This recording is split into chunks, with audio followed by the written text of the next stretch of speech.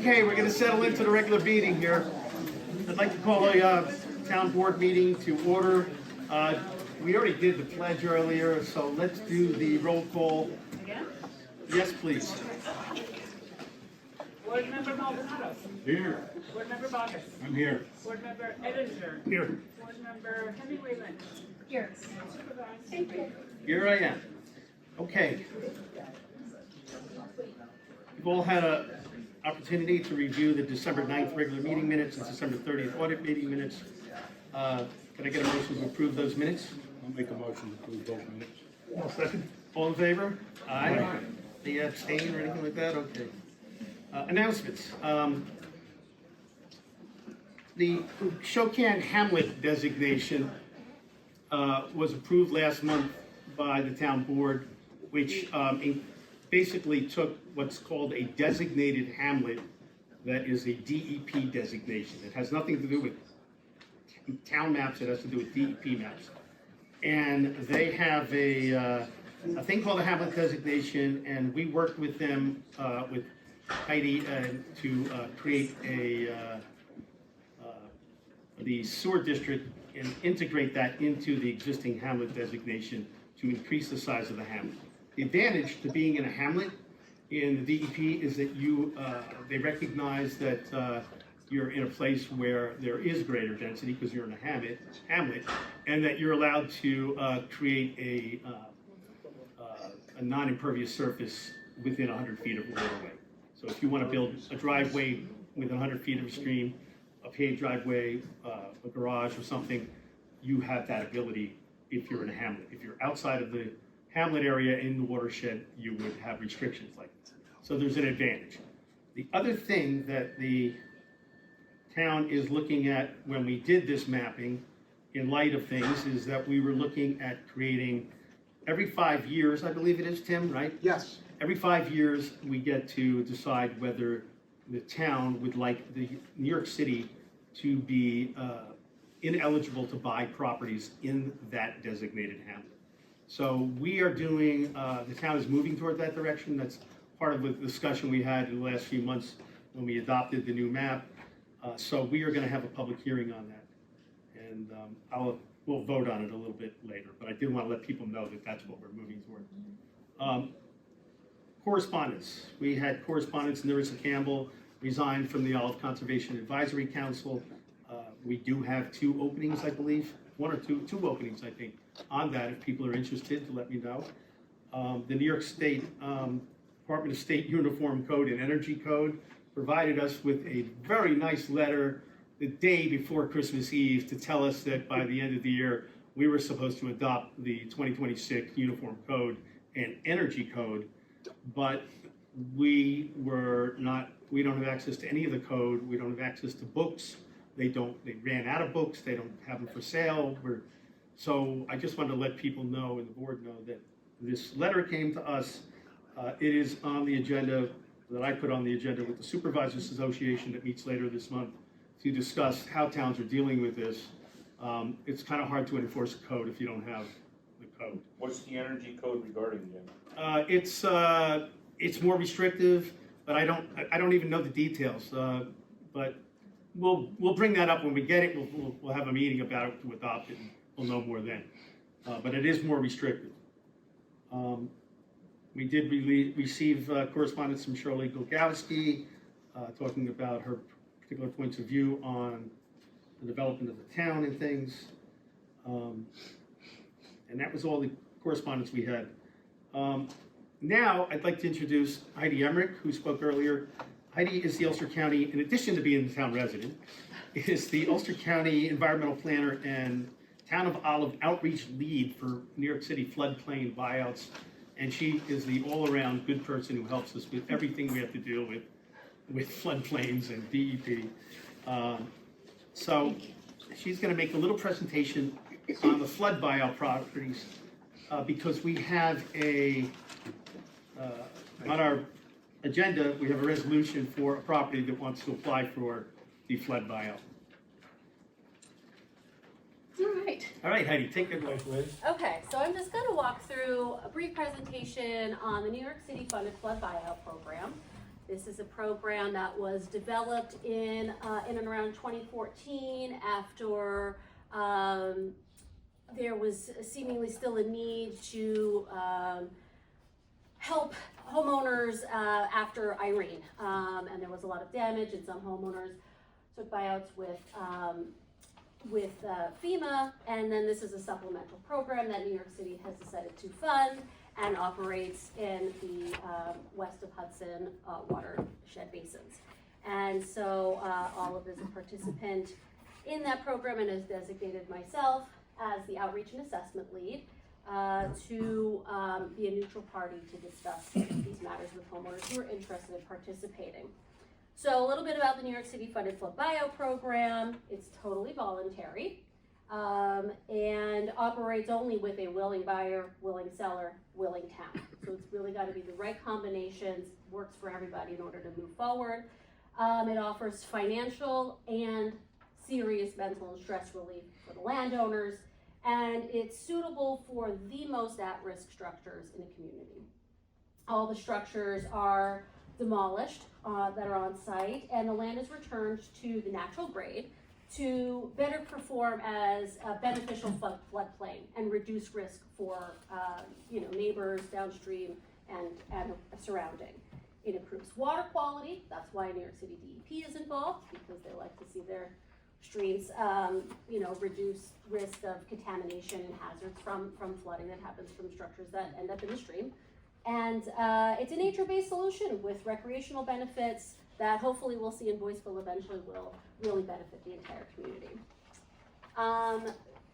In Boyceville in particular, this process really started with the local flood analysis, which was a process between 2014 through 2017, I believe it was, where the municipal leaders of this town, committee members, technical consultants, and the public, there were several public meetings, identified concerns and areas that were most at risk within the town, and hydraulic engineers studied the causes of flooding with proven scientific methods. And the community participated to build different alternatives. They tested a bunch of different options to reduce flooding in the hamlets of Boyceville and West Shokan. And the report, sort of through that analysis uncovered what was feasible, what was financially a good cost benefit, and really what wasn't. And in the end, for Boyceville, the recommendation was for those interested in doing a flood buyout, because you're going to have 6 to 8 feet of water every time you get a major base flood, was to do buyout or relocation. There, you all have a sample of what that study looks like, but there was some very serious analysis and scenarios studied as part of that. So now that you have a local flood analysis that recommends the buyout, and you have someone in that area of the local flood analysis who's interested, I come in and I explain the process to them. I'm a neutral party. I have no stakes in this whatsoever. It's just my job to give the people the facts. I'm not pressuring them to participate. The town does not really even get involved until now, basically. And I sort of interact and answer their questions. It's a very, very difficult decision for somebody to participate in the buyout, so there's a sort of sensitivity to it. And I meet with them, provide the general information, and there are 5 categories for your benefit, so you guys understand. There are 5 categories in which a parcel might qualify for a flood buyout, one being via local flood analysis, that it was recommended in that study, which was adopted by the town. If it is participating in the CWC Flood Hazard Mitigation Implementation Program for relocation assistance, an individual buyout that may be necessary to complete a much, much larger project with large community benefits, that's one category. Erosion hazard, there's been a couple, not in this town, but in others, where you've got the stream is like, first they buy the house and the stream is 200 feet from the house, and then a year later it's 10 feet from the house. Those are the types of people who will participate in this sort of program. Danger is imminent for them. And then you have individual buyout based on inundation hazard. That's where I come in and I assess what are the depths that are going to be against this house. 3 feet of water can collapse a foundation. We've got a lot of structures that are going to have 6 and 8 feet of water. That's really not sustainable. You can potentially do elevations in certain instances, but when, you know, you have different conditions or people under financial strain, it just doesn't work. And this is a financial way for people to, you know, see some relief. So what I do after I speak to somebody, if they're interested in participating, I do an assessment, I draft a report, and you all have a copy of the report for the gentleman who's looking to participate in the hamlet of Boyceville tonight.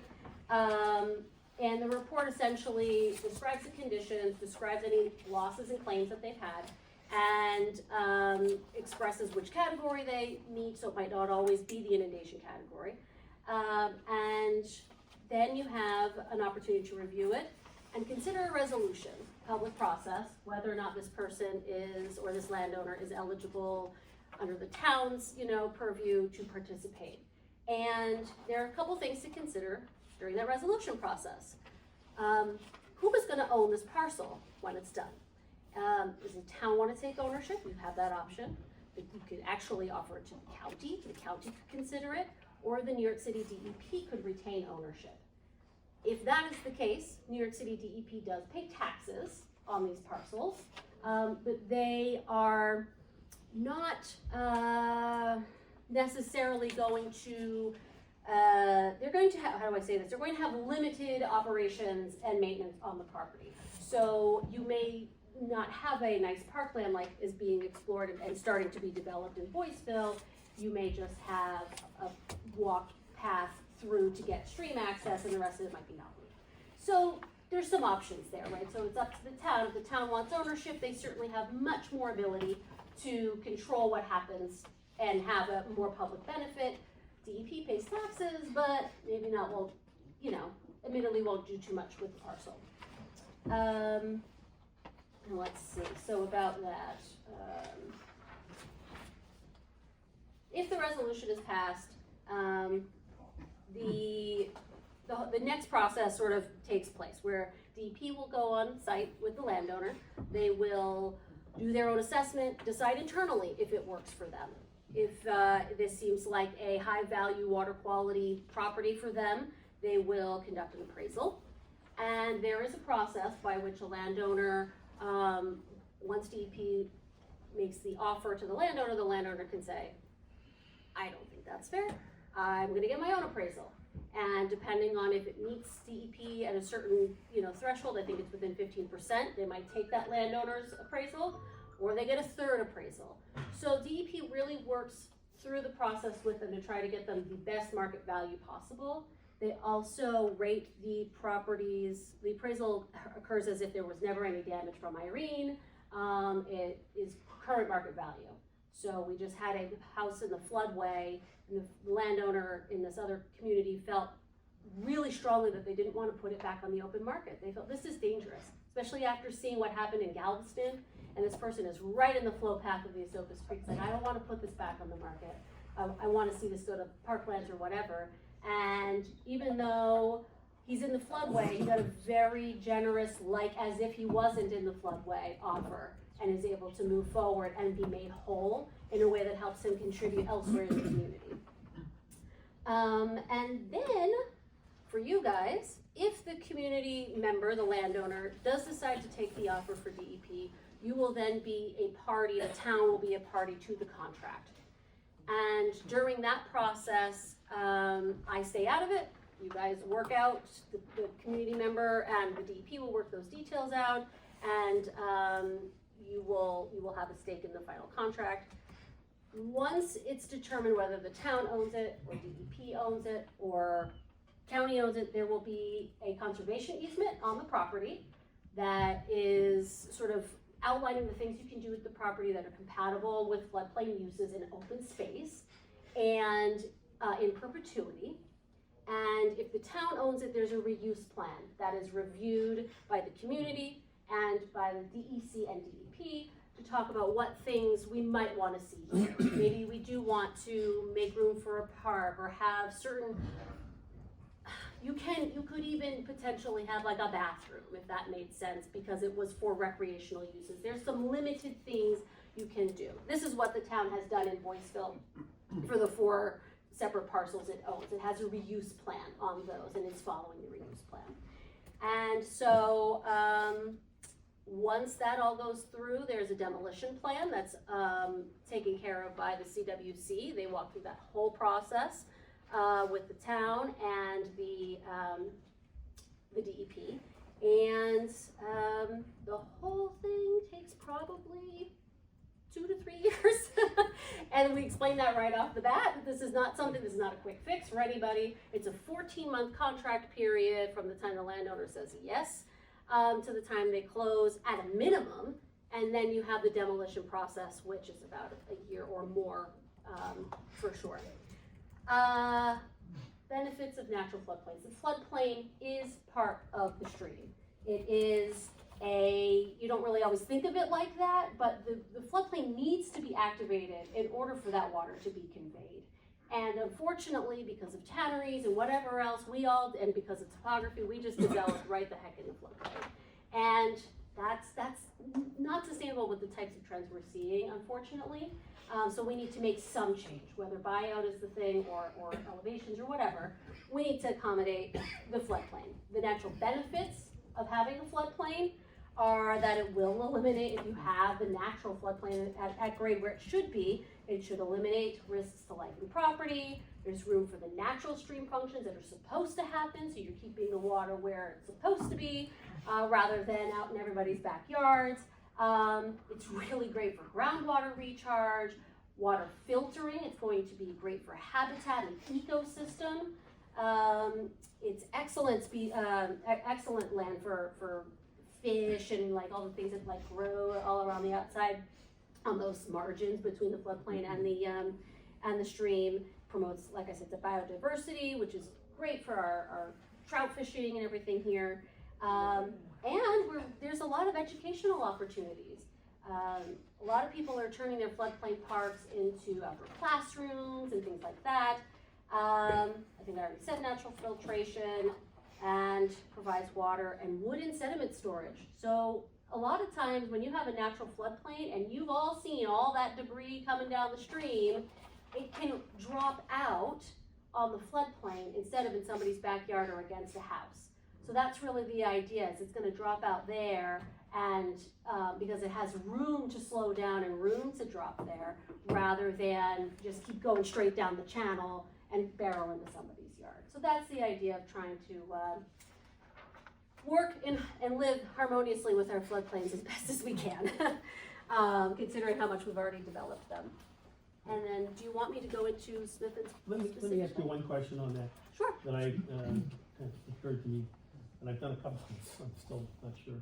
The buyout properties that are eligible for buyout, do they have to be in the local flood analysis? No, that's just one category. So your local flood analysis typically happens in the hamlet, and generally, with the exception of Shokan up until the time you adopt it, generally there's no acquisition in hamlets. So your local flood analysis also occurs in the hamlet, and so you would not have a buyout of any kind in the hamlet without that recommendation in the local flood analysis. Does that make sense? I know that's kind of it's not necessarily the case because it didn't apply to all of it, because you didn't have acquisition limits on your hamlets. Okay. But in all the other communities in the west of Hudson, you have communities that have eliminated the option to acquire land in their hamlets. Mm-hmm. So buyout would have not been available to them. But if they have a local flood analysis, and a local flood analysis says this whole area is really, at risk of severe inundation, we recommend buyout, then that opens the door for those people to participate. Okay. And I've also asked Heidi to touch upon the hamlet designation. You kind of explained a little better than I did in the I thought you did a great job. Yeah, the hamlet designation, part of the reason why, I think, just to give you a little bit of background, that we wanted to change the hamlet designation, not just from a boundary that allows for pervious surface within, or impervious surface within 100 feet of the stream, and a slightly higher percent of impervious surface generally on a property, but is that DEP was making changes based on some National Academy of Sciences recommendations, to revise their land acquisition programs. And they were not going to buy these large tracts anymore in priority areas 3 and 4. So we have big priority areas, 1A, 1B, 2, 3, and 4. They were 1A, 2, 3, and 4 are lower priority. They have less water quality benefits. And I don't work for DEP, so if I say something wrong, I'm not an attorney, but forgive me for saying something if it's not totally correct. But I'm watching. I know, you'll keep me honest. So they said they weren't gonna acquire land in 3 and 4 anymore. Those are the large tract parcels that have low surface water criteria. They are parcels that may want to be developed someday, and the towns really didn't want them to gobble those up. So DEP said, okay, fine, we're gonna follow the National Academy of Sciences recommendations. We hear you, towns, but we do really need to focus on priority areas 1A, 1B, and 2, which are in our terminal basins, which is the land. These are basically groups, if you saw it on a map, groups of land that are draining directly into the water, to the reservoirs. And so Shokan is made up entirely of 1A, a little bit of 1B, and 2. And so in 1A, DEP can purchase a property that's only an acre. That's the minimum threshold. If you have an acre, DEP could purchase that property, potentially, if it made sense for them and, whatever. But in 1B, it's 5 acres. So if you had something over 5 acres, it could be purchased by DEP. And then in 2, priority area 2, it's 10 acres. And so the hamlet of Shokan, the area of Shokan, still had quite a few parcels not yet developed. I think it's 59 total parcels that are in that area of the hamlet that are in the sewer district or exactly adjacent to the sewer district that could potentially either be purchased outright or subdivided and then purchased by DEP. So the thought was, we just want to look at this. We want to see what kind of impact this has. Does this align with the comprehensive plan? I helped the town generate some maps, and then the town has worked through the process of deciding. My understanding is now you're going to decide to likely do no acquisition in that area, just for that hamlet in those priority areas, because you're investing in the sewer district. And out of those, that number, only 19 are vacant presently. The others would have to be subdivided if they chose to do that. Yeah. Does that make sense? Okay, that's helpful. Right. Did you have a question? Can I just ask one question? Yeah, sure, please. Heidi, thank you so much. Just a question. You mentioned in the transfer of the program, the ownership would either go to the town, the county, or DEP.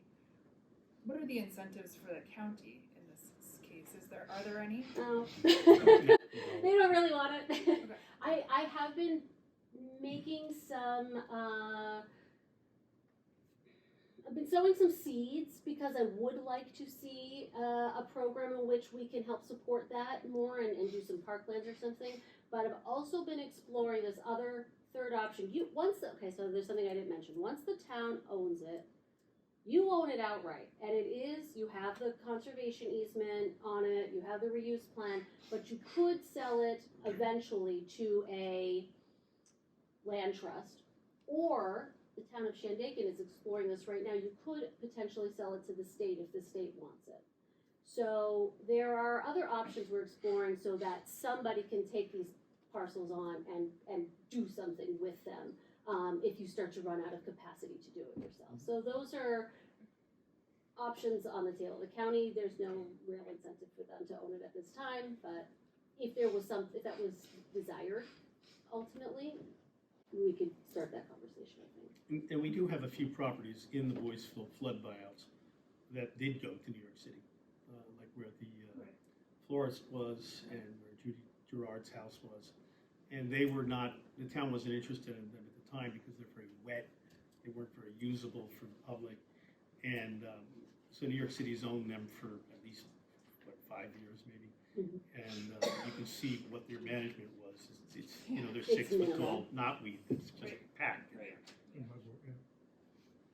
So, Thank you. okay, I had a question. Yes. Why is the contract, you said the contract period was approximately 14 14 months months. or longer? Yes. Why is that? I think there's various reasons DEP legal is very slow and thorough, but they have to do a phase 1 and a phase 2, get a full survey. It's just, by the time all of those things are done, usually there's multiple parties. A lot of times these are estates.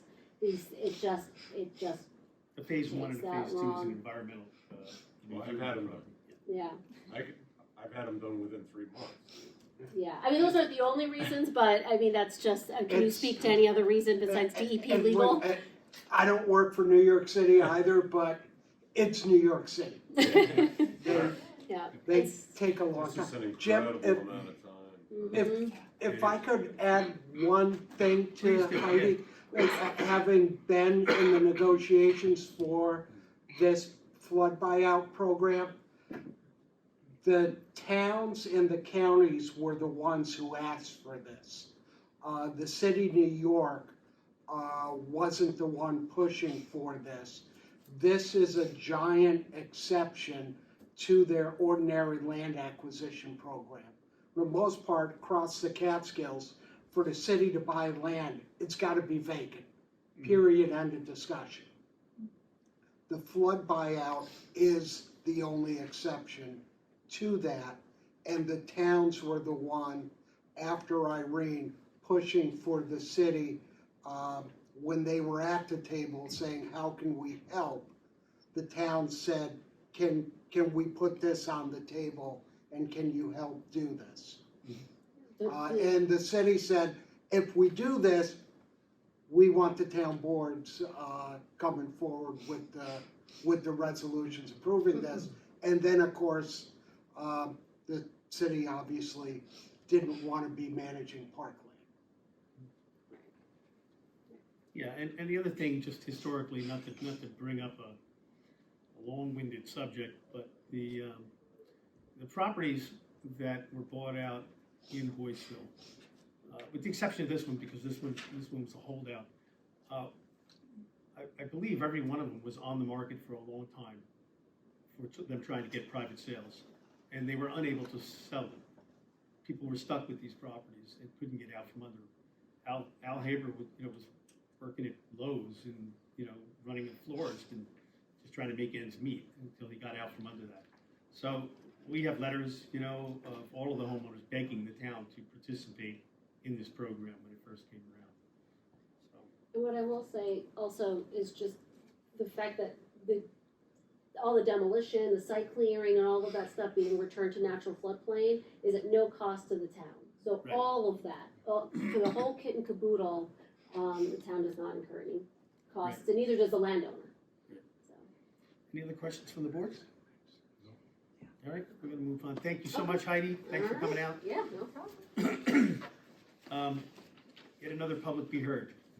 Would anyone like to speak at the town board meeting? Yes. Okay, Okay, before you. let the clerk know who you are, please. I'm Alice Chan from Shokan.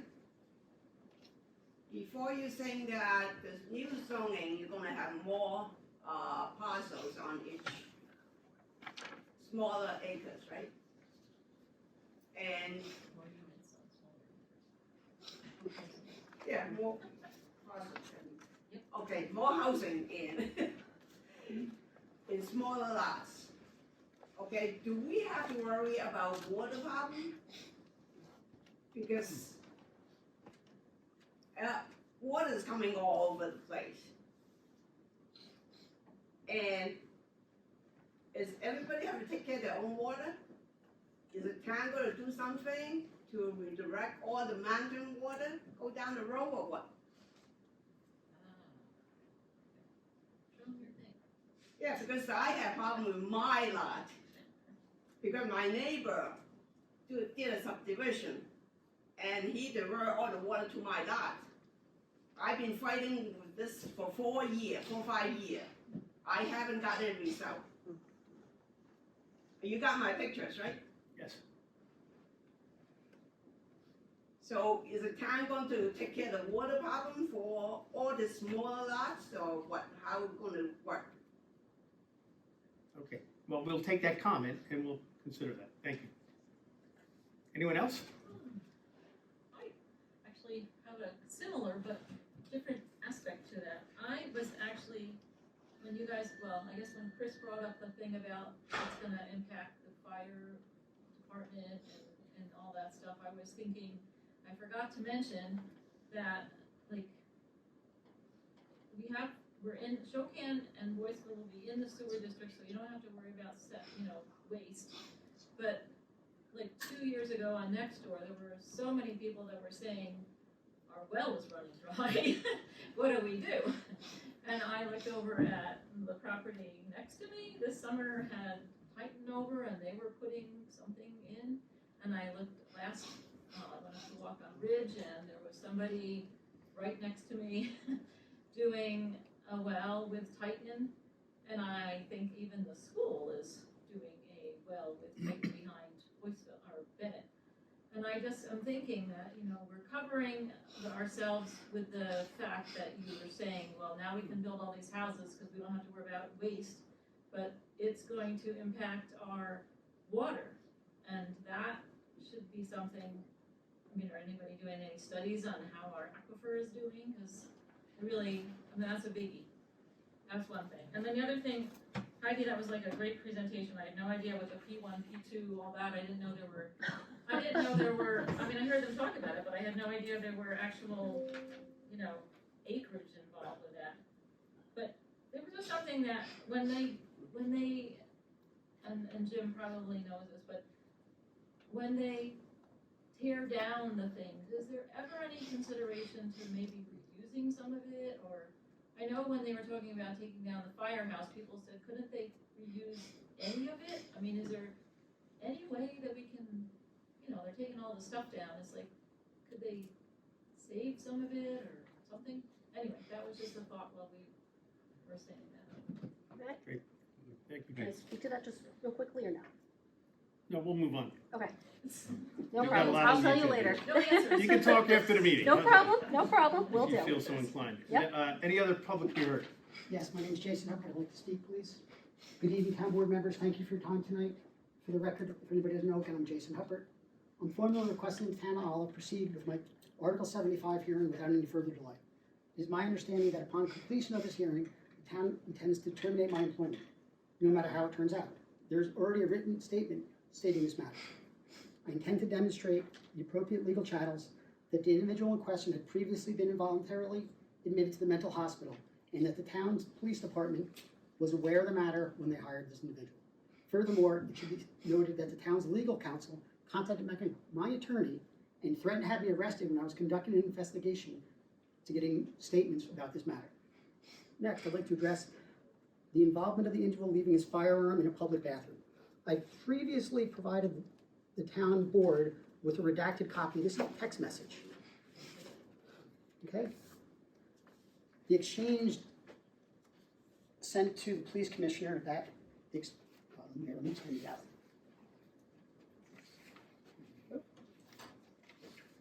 Making note of all board members for getting a copy, and I'll provide a copy to the clerk also.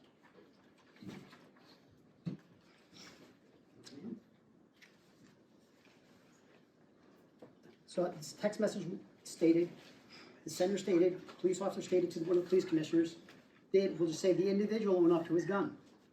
The commissioner replied, yes, shocked we knew that he had left his gun in the bathroom in the past.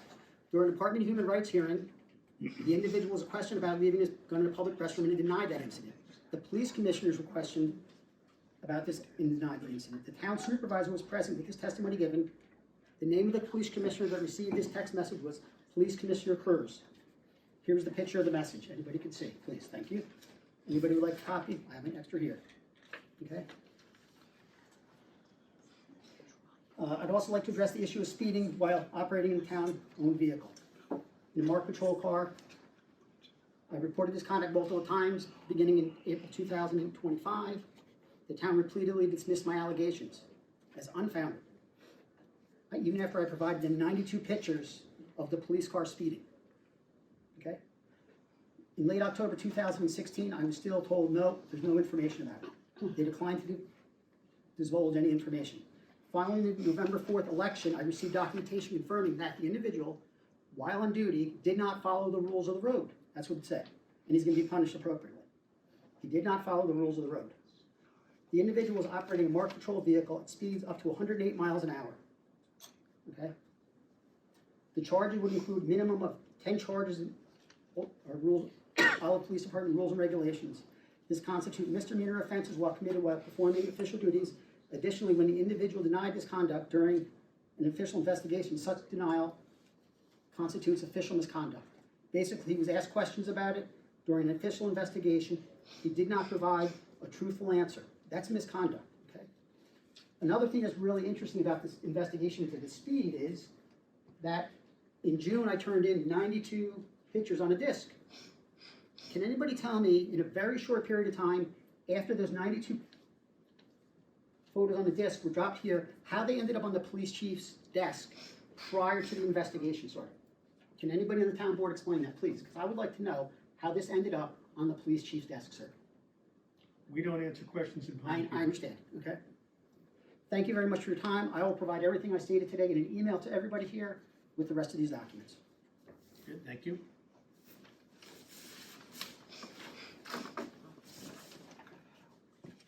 Any other public be heard, please?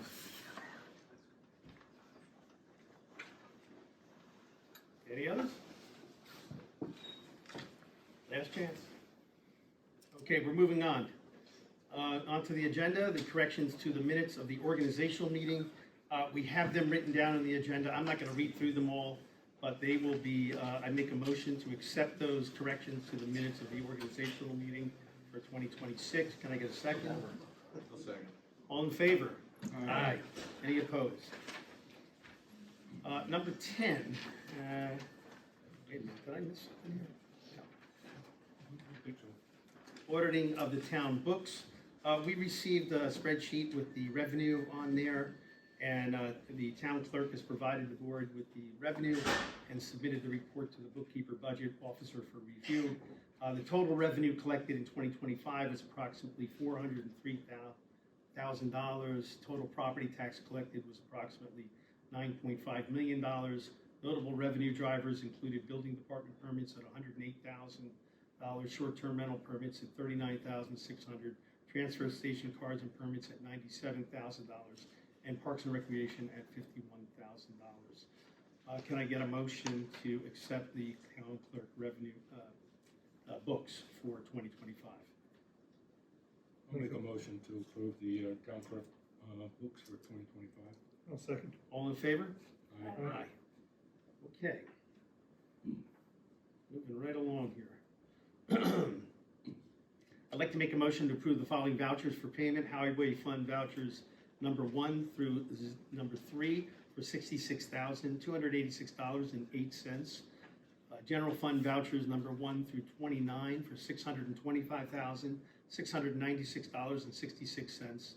The Boyceville Project vouchers number 1 through 5 for $3,829.46. Can I get a motion, a second on that motion, please? Second. All in favor? Aye. Okay, any opposed? Carried. Okay. The Highway Department is looking to solicit bids. That was in their budget for 4 new pickup trucks for this year.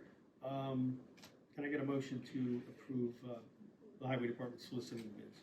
The Highway Superintendent. Make a motion to allow the highway superintendent to solicit bids on 40 trucks. Okay, can I get a second? Second. All in favor? Aye. Any opposed? So carried. Moving on to resolution number 1. We met Heidi. She did a nice presentation for us. But we had done this resolution a few years ago, and it has Heidi on here. It also has the assessment lead for category 4, which is erosion. So resolution 1 is the appointment of outreach and assessment leads for the New York City Voluntary Flood Buyout Program for flood mitigation. Whereas the town of Olive by resolution 12 of 2014 entered into a memorandum of understanding with the Shokan Watershed Stream Management Program and finalized the local flood analysis in August of 2017. And whereas the filtration avoidance determination of 2017 required New York City to fund a flood mitigation program. And whereas one component of that program includes a voluntary New York City flood buyout program for communities to consider, and whereas the terms and conditions of the voluntary New York City flood buyout program for village and hamlet designated areas to consider in the New York City watershed have been completed. Unlike the existing land acquisition program, these acquisitions were solely for the purpose of flood mitigation efforts with the agreement of the involved municipality. And whereas the town of Olive agreed to support eligible landowners to participate in the Hurricane Irene flood buyout program funded by the New York State Emergency Management Officer and FEMA flood or hazard mitigation grant program and administered by Ulster County Soil and Water. And whereas the town of Olive will not be charged with funding for expenses for the outreach and assessment leads to facilitate and represent the community in the New York City funded flood buyout. And whereas participating municipalities in the NYC FBO are to provide a resolution designating the outreach and assessment leads to facilitate and represent the community through the process. And whereas the stakeholders have identified 5 distinct categories of properties that may be eligible for acquisition under the NYC FBO, and whereas the town of Olive recognizes it may choose to conduct these tasks independently or where no entity is willing or able to undertake these roles, New York City Department of Environmental Protection, the Catskill Watershed Corporation, Ulster County Soil and Water Conservation District, Cornell Cooperative Extension of Ulster County, or their respectable consultants would be available to be the outreach or assessment lead for a particular category of property. And whereas Cornell Cooperative Extension of Ulster County has entered into an agreement with the Ulster County Department of Environment to hire an environmental planner to assist in providing coordination, technical assistance, and implementation for flood mitigation planning in the Ashokian watershed. And whereas the NYC FBO program will not acquire properties unless the proposed acquisition is agreed to by the town of Olive based on the specific procedure used to confirm municipal occurrence as documented in the NYC funded flood buyout program property evaluation selection process dated June 1st, 2016. Now therefore be it resolved, the town of Olive designates Heidi Emmerich, Ulster County Environmental Planner, as the outreach lead for Category 4 erosion and Category 5 inundation, and assessment lead for Category 5 inundation. In addition, the town of Olive designates Ulster County Soil and Water to provide for an assessment lead for Category 4 erosion. Be it further resolved, the town of Olive may change the outreach and assessment lead at any time in the future, as well as there may be unique individual community circumstances and needs that may enable either the outreach or assessment lead to be the only lead needed by the community. Can I get a motion for that, please? I'll make the motion to approve resolution number 1 of 2026. And a second? I'll second. And a roll call, please. Board Member Vargas. Yes. Oh, sorry, yeah. You threw me off there. Board Member Maldonado. Yes. Board Member Edinger. Yes. Board Member Hemingway Lynch. Yes. And Supervisor Franco. Yes. Thank you. That kind of clarifies Heidi's position, which was clarified, but it asserts that other position to the Ulster County Soil and Water. Resolution number 2. We had the Boyceville, if you all know the greenhouse in Boyceville. The owner of that property bought that property just a few weeks before Hurricane Irene put 6 feet of water in it. He's held that property since then, but the gentleman who owned it recently passed away, unfortunately. His son is handling the estate, and I have a letter from certifying his ability to act as the executor for the estate, or administrator of the estate. And I also, as requested, when we have multiple owners in a property, the town, I asked them for a letter from them from him, asserting that he wants to participate in this program. So I have some kind of actual paperwork on that. So this is the lands of Smith at 4073 New York State Route 28, Boyceville, New York. The resolution number 2 of 2026 is supporting participation in the New York City funded flood buyout program for 4073 New York State Route 28, Boyceville, New York 12464. I'll take a drink for this. Whereas the town of Olive is subject to flooding that can damage property, close roads, disrupt traffic, and present a public health and safety hazard. And whereas at the request of local communities, funding from the New York City Department of Environmental Protection is being made available to help property owners who qualify for the New York City funded flood buyout program based on eligibility criteria in 5 categories. 1, hydraulic study properties. 2, CWC flood hazard mitigation implementation program. 3, community approach street management project. And 4, erosion hazard. And 5, inundation hazard. And whereas the town of Olive has conducted a local flood analysis and included a hydraulic analysis of the flooding in the town, and the LFA recommends that certain properties that are subject to repetitive flood damage should be considered for flood buyout.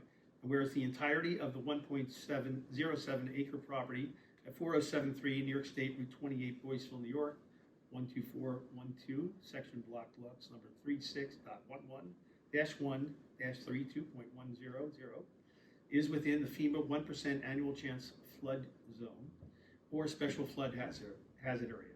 And whereas the property at 4073 New York State Route 28, Boyceville, is recommended for acquisition and relocation in Boyceville, West Shokan LFA adopted in the West Shokan Boyceville LFA adopted 2017, and the town has been approached by Mr. Matt Smith, executor of the Beecher Estate, who is requesting to participate in the New York City funded flood buyout program under the hydraulic study category. And whereas the property suffered damages in previous floods including Tropical Storm Irene, August 28, 2011. And whereas the town of Olive has the option to decline ownership of the property, choosing instead that the city of New York own the property. Has the desire to own the property for future flood mitigation and open space compatible activities. Whereas the town of Olive understands that this town-owned property will be managed by the town in conjunction with a reuse plan prepared by the town that identifies the community's long-term plan for management, use, and development of this parcel. All activities subject to and consistent with the restrictions in flood-prone areas identified in the second supplemental agreement among West of Hudson watershed stakeholders concerning the New York City funded flood buyout program, page 5, blah, blah, blah.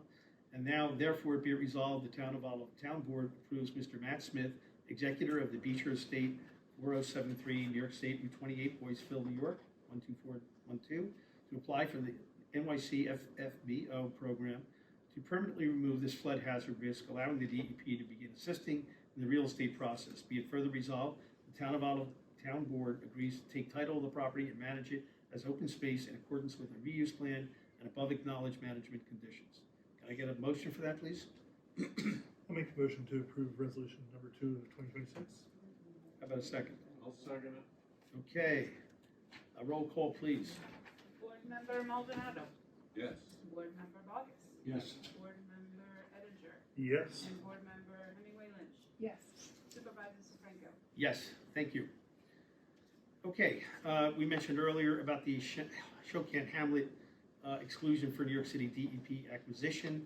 I make a motion to set the public hearing for that on February 17th at 6:30 p.m. at the Town Meeting Hall, 50 Bostock Road, Shokan. Can I get a second? Second. All in favor? Aye. We have insurance liability, general liability insurance for the town. The contract ends at the end of December, and they never give us the contract until like a few days before Christmas. And we don't have a town board meeting to approve this. Actually, didn't get this until right at the end of the year. So I'd like to make a motion. What we did was our town procurement policy requires us to look at our insurance policies every 3 or 4 years and review it. And I put out an offer from a different vendor to see if they would like to bid on it as well. And we got a thing through the Reese Group, the Reese Agency, from Tokyo Marine HCC to bind coverage for the town. And this saved the town well over $10,000 just for this one annual insurance policy. So I make a motion to approve the supervisor signing the liability insurance contracts through the Reese Agency and Tokyo Marine HCC to bind coverage with U.S. specialty for the town. Can I get a second? Second it. All in favor? Aye. I make a motion to approve the hiring of Denise Warren as part-time clerk to the building department at a pay rate of $22.36 per hour. This is a position that was left vacant when Pam moved up to the deputy clerk position and left us with a vacancy there that's in the budget. Thank you. Second. All in favor? Aye. Aye. Okay. Okay, department reports, now we can take a break. Highway superintendent. I'm gonna be pretty quick, so be ready. No, month of December, prior to the holidays, I said highway's been busy with lots of weather events, ice, snow and whatnot. We're having a real winter, it seems, but, we've been keeping up. Everything's been, good. In between that, we've had a crew up on, Piney Point Road, addressing danger trees and, trimming out the road for future, resurfacing, this coming year. And, besides that, like Jim mentioned before, we've had a small crew, working in Boyceville on the, recreational project there, next to the market and foot trail, and, set the, basis for the benches, reposition the, monument from the, old Boyceville Firehouse over to that site, and, erected a new flagpole over there, and, I think we're just about, complete as far as our obligation there, but things are looking good. And nothing for nothing, it's been, cold and nasty, but a lot of people, I'm seeing out there already, so. Good. Other than that, we're, maintaining, sand and soil and, in good shape, so I think, we're in good shape for the rest of the winter here. Are all those benches in? Yep. Okay, great. Yeah, well, they just finished yesterday. The last two. And thank you as always for the sand pile. Yeah, yeah, it's been busy too. Right. So I know a lot of residents certainly appreciate it. Yeah, absolutely. Thank you, Brian. CWT, David. We had a big meeting. We agreed to sign the side agreement with DEP. Oh, you know what, I'm sorry, I jumped ahead. You I'm did a sorry. little bit. I'm sorry. But I was ready to go. I went on to the next. Olive First Aid, Kim. And believe, all of those things with you, Kim. Olive First Aid supplied me with a full year report, which I'll summarize here. The Olive First Aid completed 466 emergency responses in 2025. Falls, traffic incidences, and breathing problems accounted for the largest portion of the calls throughout the year. Olive Bridge and Shokan accounted for most of the calls, and Friday and Saturdays remain the busiest days, particularly between the hours of 12 and 3.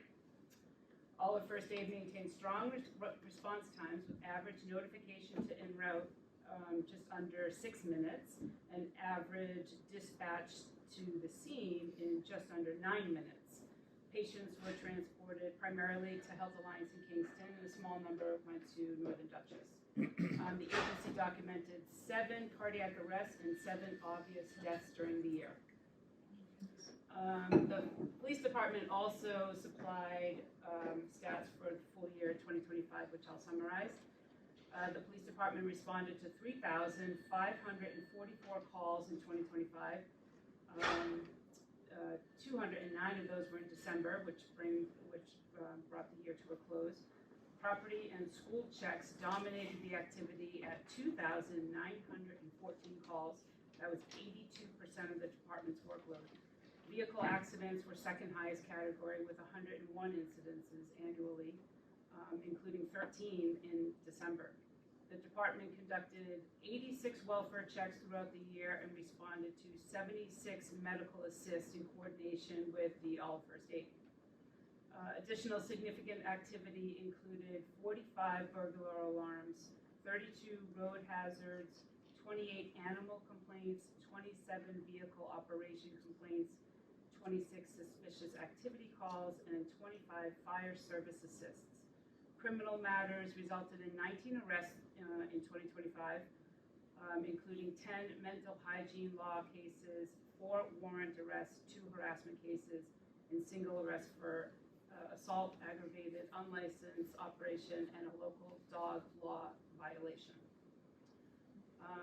And then Olive Town Court also supplied stats for 2025, which I'll summarize. The court handled 432 defendants and 116 visitors in 2025. Vehicle and traffic cases dominated the docket, with 780 tickets processed throughout the year, including 80 in December. Notable case trends included DWI cases leveling off after increases earlier in the year, with 5 cases in December.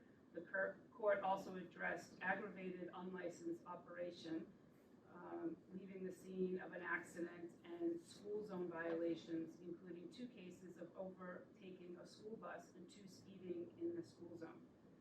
Criminal matters for the year included 6 felonies, 10 misdemeanors, 10 violations, and 3 drug offenses. The court conducted 9 small claims proceedings and 7 bench trials, with no jury trials held during the year. And then the town clerk's office for this month, we have started the 2026 tax collection with a warrant totaling just over $10 million. And so far, we've collected approximately $1,050,000. We launched a new online tax bill portal, which allows residents to look up current and prior year bills all the way back to 2021. They can pay electronically and they can print receipts. Even if they make payments by the mail, you can print a receipt from the online portal. And as online receipt use increases, it is my hope that the town will reduce postage and mailing costs. Online payments so far have totaled just about $300,000 from 90 unique users. The clerk's office is now offering free notary services to residents, and we've completed 17 notarial acts since we launched that. And we've also begun video recording town board meetings. Videos are available on a new YouTube channel called Town Clerk, Town of Olive. And the videos are available just a few days after the meeting. So that's everything from me. Thank you, Kim. Wasteful Committee, as Brian mentioned, the town highway department was very helpful in setting a flagpole, the Veterans Memorial, the benches, and creating a pathway on the Stuckey property on the Boyceville site. We had the fencing completed this year. We're done for the season, I think, I hope. And we're looking at what we can do in the spring. We'll be looking at some signage and things. This project was paid for by a grant from the National Fish and Wildlife Foundation. This was the demonstration project for that grant. And we'll be reassessing things in the spring. The committee will be meeting next month for that. Next, Coalition of Watershed Towns. David. So as I said, we signed the side agreement with DEP. We were the last party to do it, so it's all in effect before the end of the year, which was our target. A little close, but we made it. That agreement maintains all the programs that we've been running, the sewer program and workforce development, and there's a bunch of them that are all run through the CWC. So that will continue at least for a couple more years. We'll be gearing up in a couple more months for the full LFA, or the FAD renewal, which will be coming up soon. It's the filtration avoidance determination. I gotta avoid the acronyms.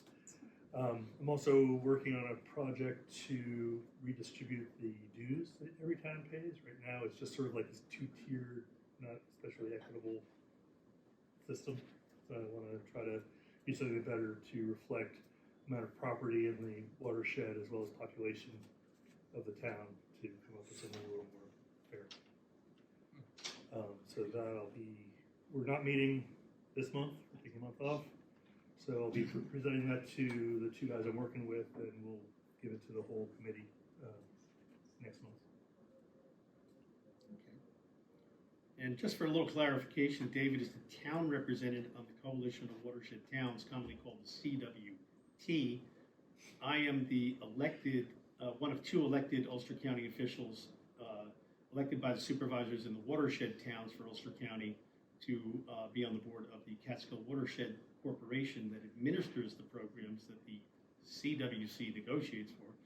and CWT negotiates for it, and that's my position on that, so. There we go. There's a lot of levels. Conservation Advisory Council, Sarah, you haven't done anything yet, so. We have a meeting set for January 21st, Wednesday night at the Olive Tree Library. Just give a Okay. comprehensive plan. Oh, comprehensive plan, yeah. Oh, do you need any more update, Drew? Well, not really, but there is no plan for the committee to meet at the moment. I think based on comments we get by the end of the month, then we'll decide whether the committee needs to meet and look at those comments with our consultant or not. Mhm. We'll decide that at that time. Okay. Drew, just a question, Yeah. process. Will all of the questions and the answers be published somewhere at some point? Or at least shared across the board? All the comments? Yeah. Yeah. Good question. I think we're getting some that have been directed to the whole town board. Any of the ones that are coming through the website, Matt will be forwarding those to the town board. They'll all be put together at the Yeah. end, They At will. some point, yes. at some point for us to review. But will they be put out where the public can, general public can see the question? They will be, a lot of times they put an appendix to the, to the plan of the comments, so we might, we'll see if they can put them in there. Because, somebody asks and we want to see the answer to the question that was asked down the road here. Okay. Conservation Advisory Council, that's it, right? Before they vote to adopt it. Housing See the Committee? answers, So they would I like to have see not, the answers before. I've not gotten any information on that yet. I'm gonna reach out to Vicky and, Oh, you didn't get an invite for the meeting yet? no. All right, I told her about it, so we'll work that out. They don't usually meet until sometime in February. Okay. Maybe that's why I didn't get it. And the holiday committee, We haven't met. I don't think that they've met yet But either. I'm sorry, that's the one I was talking Oh, about. okay. February, Solidarity. Oh. Sorry. Okay. Gene, maybe you can help me out with that. February. Debbie will be putting out an invite within the next week or so. Thank you. Parks and Rec, you haven't met with them yet, have you? I have. Oh, you have? Yeah, it was a great meeting. We also met with Kim Daly, who joined us, and so the committee can meet with the town clerk, and there was a really good discussion just about registration, particularly for pool passes and camp and other things, talking about ways in which we could facilitate registration and payment. One idea that was moved forward was the idea of purchasing season passes for the pool early, like pre-season, which will help alleviate some of the stress for lifeguards and Memorial Day weekend. So those details will be finalized, and we'll look at a May rollout. And the camp also was discussed, so we set both a start and end date. So 2026 day camp will begin July 6th after the holiday, and will carry out traditionally for the 6 weeks through August 13th. Is that correct, Gina? Correct. Correct, okay. Jean also sent around a draft of an FAQ sheet for the day camp so that we could provide those frequently asked questions for parents, as well as a calendar right when they're registering their children. And the last discussion point was really around the camp policy for guests. We're looking at updating that and making that very clear. As we know right now, the Olive Day Camp is for residents, but oftentimes we'd like to accommodate guests when possible. And then we had a good discussion, mostly for my benefit, about the priorities of the committee, both in terms of ongoing work as well as upgrades to facilities and other sort of potential capital projects. So that was exciting, and really commend Gene Sorbolini for all his work, and particularly want to thank him because the best first impression I've ever made as the new liaison, I left my bag in my purse in the at the meeting hall, and Jean was kind enough to go back at 7 a.m. in the morning and retrieve it for me. Thank you very much. Right, Gene. It kind of clashed with what I was wearing otherwise. Well, I did it in the dark of the early morning. Yeah, I really appreciate it, Jean. That's Thank you. great. Anything else? You got that stuff? Anything else that I On you? missed? Yeah, Nope, that's it. Thank you. okay. Police Commission, Drew. I have nothing new to report from the commission itself, other than what Kim already covered. Okay. Scenic Byway, David. Wish Helen actually stuck around, she has more information than I ever do. We haven't met, we're still working towards the 501c, and that's about it. Okay. And zoning, Drew. Zoning committee will meet this Thursday. I don't have anything particular new to talk about, other than what we have been talking about. So Okay. we will meet. Okay. And that's it, and we don't Tim? have a, I do have a fire report. oh, Chris, you have the fire report, okay. Yeah, come on up and do it. First of all, I want to start off by thanking the town board and Jim for your participation, allowing us to put our repeater antenna on the transfer Well, station. thank you for doing it on the weekend and getting those volunteers. We accomplished that Sunday with a crew of people, donation of a bucket truck. I'm working on the reprogram now for our radios, so that'll enhance our radio stuff along with the grant that I'm applying for through Motorola and the federal grant system to expand our radios out. So thank you very much. I know some of you weren't on the board prior, some of you are now, but thank you for your participation. It's going to help us drastically. The current channel we already have, we're already seeing a difference in capability of transmitting across town. So finally, it's helping us. It's not helping the county. We're trying to help ourselves because of the slow process with the county. Along with that, I have a year-end report for the fire department for 2025. We responded to 265 emergencies in the town. We answered every alarm. Total call hours, man hours put into fire calls was 4,231.68 hours. Total meeting hours, that's our meetings, county meetings, committee meetings, was 915.34 hours. The membership put into drills and training, along with that is state trainings, 2,994.98 hours. And miscellaneous activities, work details at the firehouse, like putting the antenna and stuff up, we were 1,100.23 hours for a grand total of 9,143.23 hours from the fire department, dedicated to make our operation run as smoothly as it does run. We've done 31 calls for the month of December. This is for the town. I thank you for your continued support and trying to help us get along to what we do. Thank you. Our membership is up. We had 6 complete firefighter 1 last year, which was about 750 hours of total training just in that class alone. Right. Currently have 3 enrolled right now to start taking that again in February. 3 of our newer members going to start taking that class. So that's our big hour class. Firefighter 1 and then Firefighter 2. Firefighter 1's 129 hours. Firefighter 2 is 64 hours on top of that.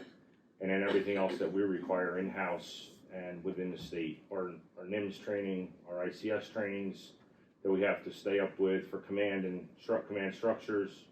So, like I said, everything's going along well. It's just we're starting to see a little influx again of younger members. Potentially, we got a new member that just moved to town that reached out to us. I'm working with that. But we were on a kind of a hold. We want to see the younger members. We want to see the 16s, the 17, 18-year-olds, because they're what's going to replace us. But thank you. Well, thank you for everything, Chris. And I always tell people that we have the greatest fire department until the others. It's a lot. It's a lot. Yeah. And work every day. So thank you. You do a great job at it. All right. Anything else from the board? All right. We don't have a memory of anybody, right? We don't have anybody. Nobody died that we know of. Okay. I I'd like to see you close the board meeting in memory of Mike Ryan from the Phoenicia Fire Department. We can do that, yes. Mike Ryan, who suffered a tragedy in an emergency response. When was that, December? Yep. Yeah, let's. Middle of close the- December, we were part of that operation. Yep. But And that was quite a nice send-off Yeah. in Phoenicia. we tried. Yeah, it was You know. really, really touching. It was, So I'd like to close the memory, make a motion to close the meeting in memory of Mr. Ryan, Mike Ryan, was it? Yeah. Michael. Yeah, from the Phoenicia Fire Department, and appreciate his service and dedication to the towns and the area. I'll second that motion. All in favor? Aye. Okay, thank you, everyone. Turn this light.